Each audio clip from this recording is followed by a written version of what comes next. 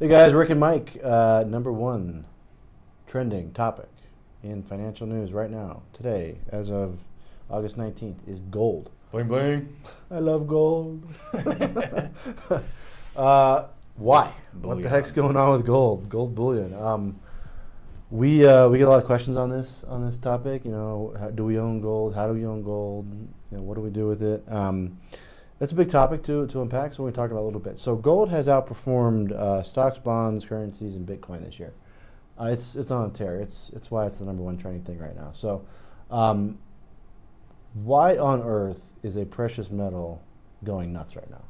I think the big driver is concerns around currency debasement. We talked about this offline earlier, and historically, when people become concerned with the sustainability or purchasing power of a currency, it could be, you can go back and look at the Roman era, so on and so forth, thousands of years. Gold has tended to do pretty well in that environment. Today, with the government running massive deficits, the debt levels ballooning, I think that could be driving what's happening in gold over the last year or so. Dollar's down, what, 8% or so this year as far as The Dixie, yeah. the dollar is down. Then it started to rebound, but the Dixie is DXY, which basically measures the dollar versus a basket of other global securities, or not securities, currencies.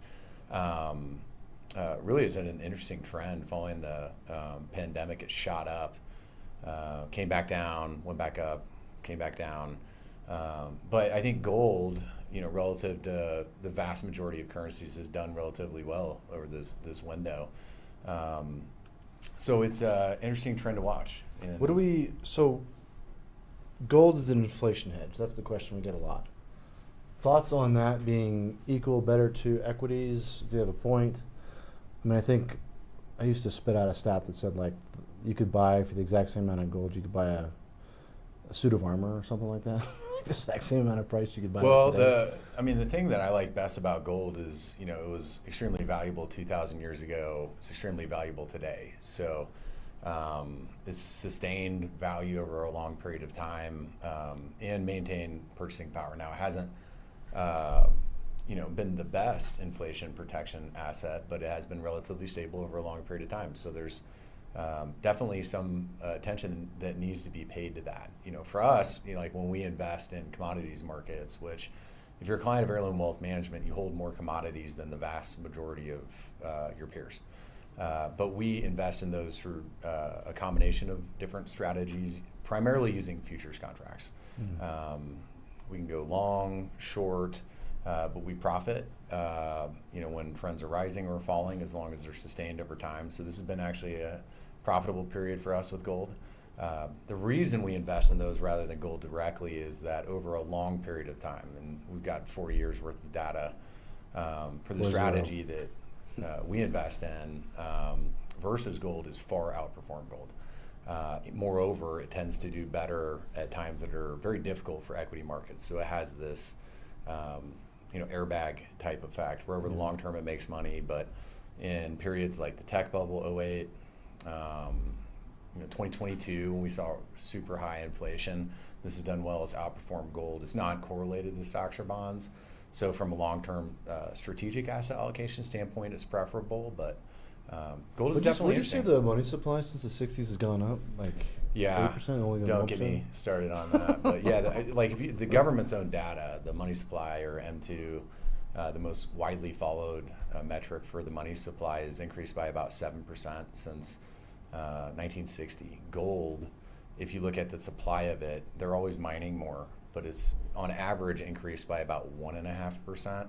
So it makes sense if you're creating 7% more dollars on average every year over a long period of time, and they're only making 1.5% more gold, that gold's probably going to be more valuable than the currency. And that's really what we're talking about with the debasement of currency. Now, that's totally different. If you go back in time and look at the US dollar versus gold from the time Thomas Jefferson was president, really until 1913, when the Federal Reserve was created, the purchasing power of the dollar actually was very close to what the value of gold was.